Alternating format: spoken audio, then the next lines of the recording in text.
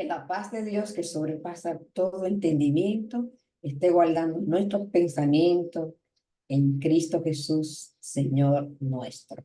Su hermana y amiga Jocelyn Rivera, desde este su espacio, Liderazgo Punto Clave. Y como siempre, en esta oportunidad queremos compartir con ustedes una reflexión bíblica, tomando muy en cuenta la situación que estamos viviendo como creyentes, como cristianos, como iglesia. Hoy más que nunca, en medio de tantas voces, en medio de tantas ideologías, de tantas proclamaciones, necesitamos reformar nuestra identidad cristiana. Necesitamos tener claridad sobre qué significa ser cristiano y sobre todas las cosas. Como cristianos necesitamos renovar nuestro compromiso con Dios, con el prójimo, con la sociedad. Por eso vamos a estar llevando esta reflexión bíblica para edificación de cada una de las personas que puedan tener el tiempo y el interés de escuchar la misma. Para ello, nosotros quisiéramos decir lo siguiente, y es que el tema de esta reflexión es reforzar nuestra identidad y renovar nuestro compromiso. Es un tema que nos invita a pensar en la relación entre nuestra identidad cristiana y los compromisos que cada uno de nosotros tenemos que asumir como cristianos. Se estuvo desarrollando ya hace un tiempo en un retiro, pero me pareció sumamente importante compartir esta reflexión bíblica con cada uno de ustedes, dándole gracias a Dios al privilegio que tuvimos de participar en dicha reflexión y de ser nutrida por uno de los autores más importantes que al final vamos a mencionar su nombre. Es importante que nosotros nos hagamos la pregunta, ¿qué significa para usted reforzar nuestra identidad cristiana? Tal vez alguno dirá, bueno, para mí significa aumentar mi asistencia a las actividades, a los cultos, a los retiros, a la vigilia de la iglesia. Es posible que otro diga, para mí significa reforzar mi participación en la proclamación del Evangelio, en las actividades de evangelismo que realiza mi iglesia, en las actividades de misión que realiza mi iglesia. Otros dirán, para mí lo importante es reforzar mis ejercicios espirituales como son la oración, la lectura bíblica, el ayuno, bueno. Pero en este día queremos tomar muy en cuenta lo que nos enseña el capítulo 11 del libro de Hechos, desde su versículo 19 hasta su versículo 30. Y ese será el pasaje que estará guiando nuestra reflexión en esta mañana. Y este pasaje bíblico dice justamente de la siguiente manera, y lo leemos en el nombre del Padre, del Hijo y del Espíritu Santo. Hechos 11, del 19 al 30, que tiene como tema la iglesia de Antioquía. Dice, ahora bien, los que habían sido esparcidos a causa de la persecución que hubo con motivo de Esteban, pasaron para hasta Fenicia, Chipre y Antioquía, no hablando a nadie la palabra, sino solo a los judíos. Pero había entre ellos unos varones de Chipre y de Cirene, los cuales, cuando entraron en Antioquía, hablaron también a los griegos, anunciando el evangelio del Señor Jesús. Y la mano del Señor estaba con ellos, y gran número creyó y se convirtió al Señor. Muy bien. Llegó la noticia de estas cosas a oído de la iglesia que estaba en Jerusalén. Y enviaron a Bernabé que fuese hasta Antioquía. Cuando llegó y vio la gracia de Dios, se regocijó y exhortó a todos a que con propósito de corazón permaneciesen fiel al Señor, porque era varón bueno y lleno del Espíritu Santo y de fe. Y una gran multitud fue agregada al Señor. Después fue Bernabé a Tarso para buscar a Saulo, y hallándole, le trajo a Antioquía. Y se congregaron allí todo un año con la iglesia, y enseñaban a mucha gente. Y a los discípulos se les llamó cristianos por primera vez en Antioquía. En aquellos días, unos profetas descendieron de Jerusalén a Antioquía, y levantándose uno de ellos, llamado Ágabo, daba a entender por el Espíritu que vendría una gran hambre en toda la tierra habitada, la cual sucedió en tiempo de Claudio.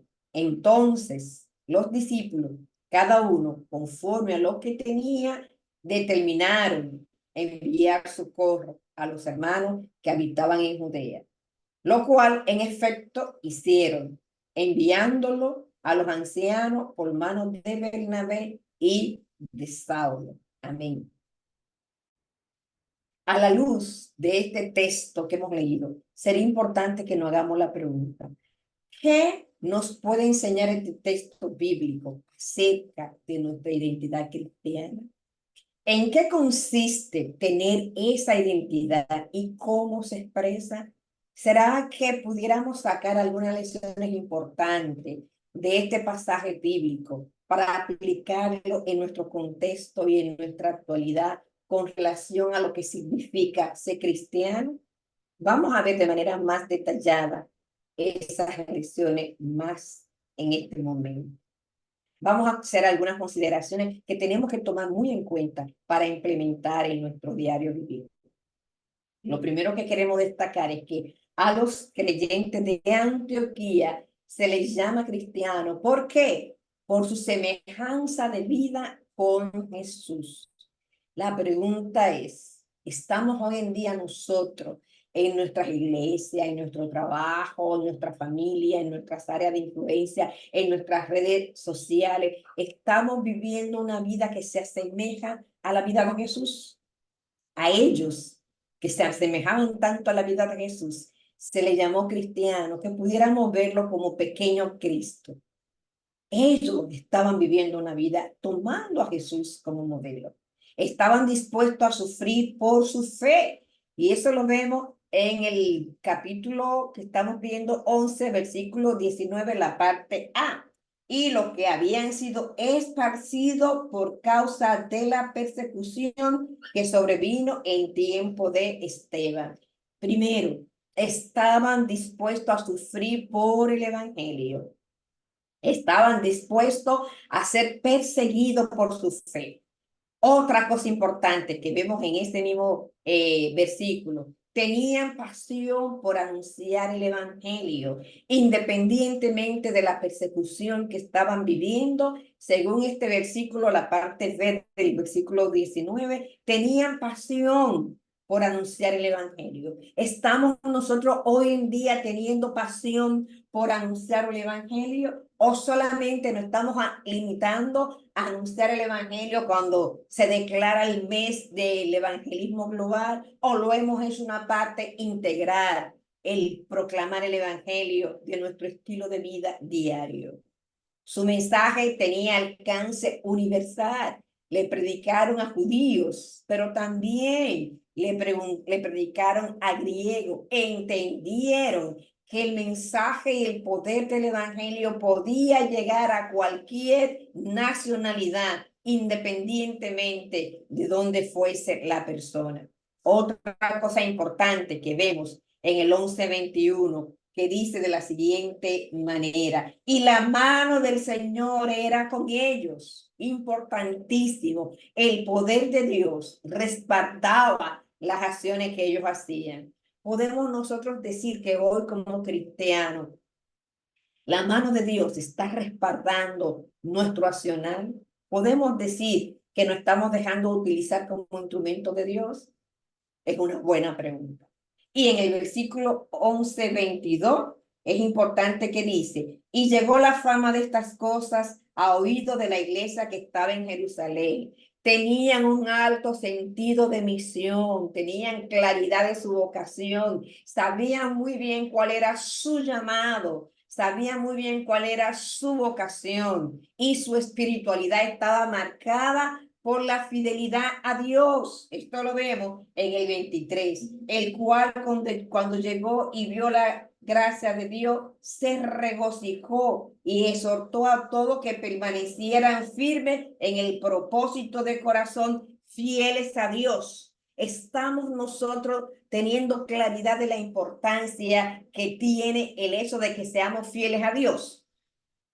O, por el contrario, nos estamos dejando arrastrar por todas esas voces que nos dicen que tenemos que ser felices, que tenemos que ser importantes, que tenemos que desgollar, que tenemos que ser famosos, que tenemos que hacer todo lo que esté a nuestro alcance para ser exitosos.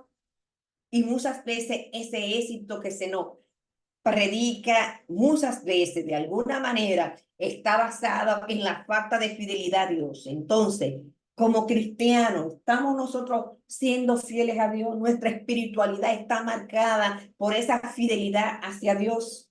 Vivían de manera transformadora y por lo tanto de manera llamativa.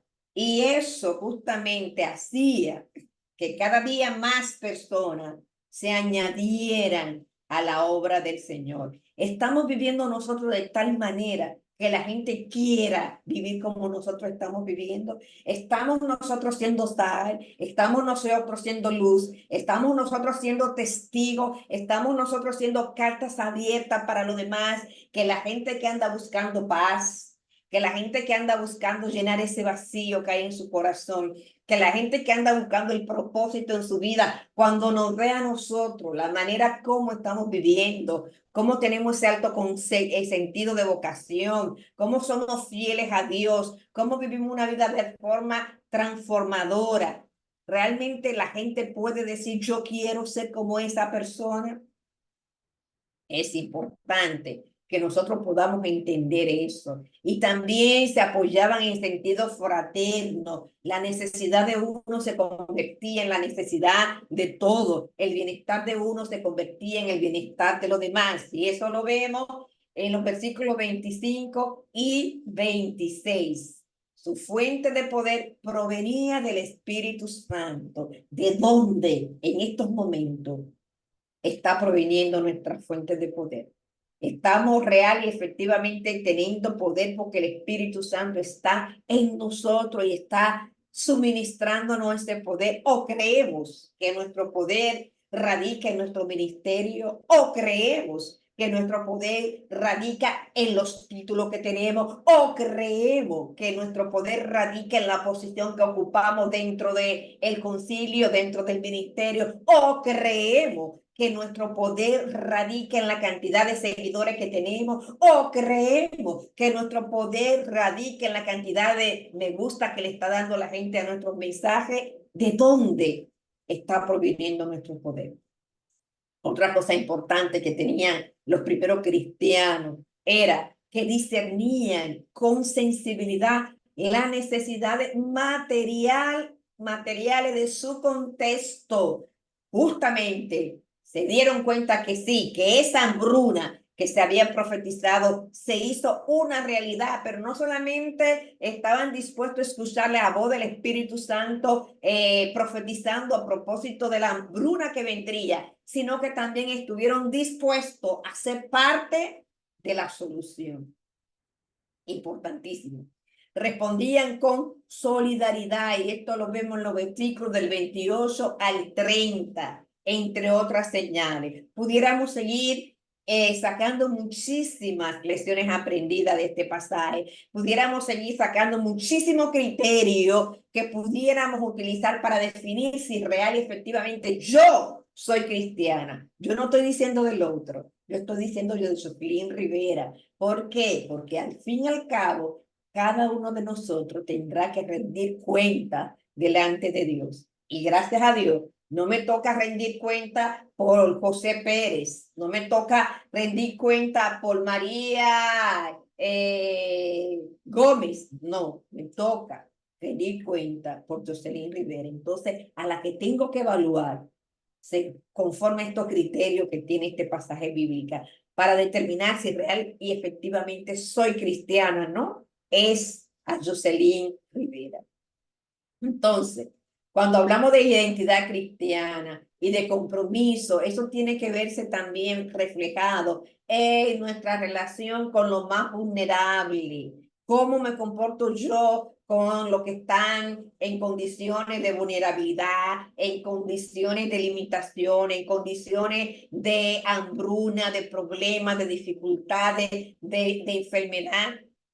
El libro de los Hechos registra con lujo de detalles el avance de la predicación del Evangelio. Predicación que no se reducía solamente a la transmisión verbal de un discurso. Era mucho más que esto, señores. Era mucho más que predicar y proclamar verbalmente el Evangelio. Era mucho más. El Evangelio se anunciaba por medio de la vida. Y ahí vemos el testimonio de transformación, como dice 11:24, ¿verdad? En el libro de los Hechos. Por medio de las palabras que anunciaban la buena nueva del reino de Dios y por medio de las obras de solidaridad como expresión del amor de Dios. Necesitamos proclamar el evangelio a través de la palabra. Pero ese evangelio también tiene que ser expresado a través de las obras de solidaridad que hacemos como una expresión del amor de Dios hacia los más vulnerables. La identidad cristiana no se define por las declaraciones elocuentes acerca de la fe, no solamente, sino que está ligada a la acción práctica, a la vida solidaria, que entrega lo que tiene para el servicio de los demás. Y eso lo vemos claro en 11:29, que dice, y entonces los discípulos, cada uno conforme a lo que tenía, determinaron enviar una colaboración de socorro a los hermanos que habitaban en Judea. Solidaridad. En resumen, la identidad cristiana es ante todo una experiencia de vida que se lleva muy adentro de nuestro ser, pero también se hace evidente ante los demás. La identidad es una forma de vivir los valores del reino de Dios. La identidad es una forma de convivir, de trabajar, de presentarnos. ¿Cuál es la identidad pública que tiene usted? ¿Cómo se identifica usted a nivel público? ¿Cómo se identifica en su ministerio? ¿Cómo se identifica en su concilio? ¿Cómo se identifica en su comunidad? ¿Cómo se identifica en sus redes sociales? La identidad cristiana es una forma de creer y es una forma de esperar. Hemos hablado de la palabra y vamos a celebrar lo que nos dice la palabra en Hechos 11 del 19 al 30. La pregunta clave es, ¿cómo aplicar lo que hemos escuchado en esta lectura bíblica de hoy? ¿Cómo quisiéramos que nos llamaran si pudieran ver nuestra forma de trabajar a favor de los demás? ¿Realmente la forma en la que estamos trabajando con relación a los demás merece que nos llamen cristianos o no? Oremos, vamos a orar, ofreciéndole a Dios nuestros dones, nuestros talentos, capacidades, ministerio y renovando nuestro voto para hacer luz en medio de tantas tinieblas y hoy más que nunca, que estamos siendo azotados por tanta lluvia, por tantos ciclones, por tanta vaguada, por tantas cosas y efectos del cambio climático que está afectando sobre todo a los más vulnerables, a los más empobrecidos, quitándole a muchísimos de ellos su medio de vida. Hoy más que nunca es que nosotros como cristianos tenemos el llamado a no solamente proclamar a través de palabras el evangelio, sino también a través de acciones y de obras que expresen el amor de Dios hacia lo más vulnerable. Finalmente, como resumen de todo lo que hemos dicho, podemos afirmar que el seguimiento de Jesús en América Latina, porque todo nuestro continente está siendo afectado, hoy significa luchar a favor del que da la vida, a favor del Dios de la vida.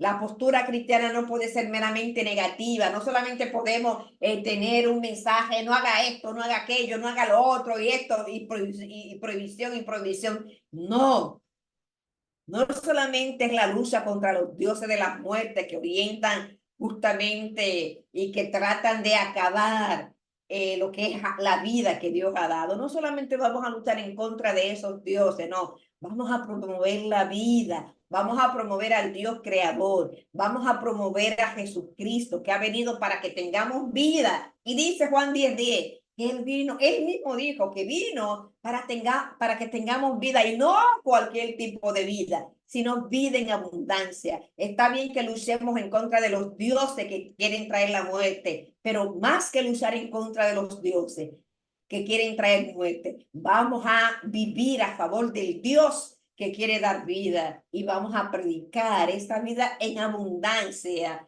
que vino a entregarnos Jesús, y que solamente la podemos vivir a través de el Espíritu Santo. Definitivamente, Dios quiere que proclamemos la vida, y Dios quiere que realmente seamos verdaderos cristianos, y Dios quiere que realmente seamos merecedores de ser llamados cristianos, pequeño Cristo, porque estamos viviendo justamente como Jesús vivió durante el tiempo que estuvo aquí en la tierra. Ese es el mensaje que queremos nosotros comunicarle en este día. Ya sabemos que simplemente para algunos es un simple recordatorio, pero vamos a releer este pasaje bíblico del libro de los Hechos 11, del 19 al 30, y vamos a pedirle al Espíritu Santo que nos ayude a autoevaluarlo. Y si todavía hay alguna de esos criterios que nosotros no estamos cumpliendo, vamos a pedirle al Espíritu Santo en humildad que nos dé la fuerza, el discernimiento y la inteligencia para cumplir con todos estos criterios, y para que real y efectivamente seamos verdaderos cristianos y que estemos comprometidos con acompañar a los más vulnerables. Mi nombre es Jocelyn Rivera, desde este su espacio Liderazgo Punto Clave. Agradecida realmente de contar con su atención. Y si le ha parecido interesante esta reflexión bíblica, le pedimos que por favor la esté compartiendo con todos sus contactos para que también ellos sean edificados. Ya recuerden, todo esto lo estuvimos viendo ya hace algún tiempo en un retiro, y el autor ha concedido el privilegio de que también ustedes puedan ser edificados con este mensaje y con esta reflexión. Muchísimas gracias y que Dios les bendiga.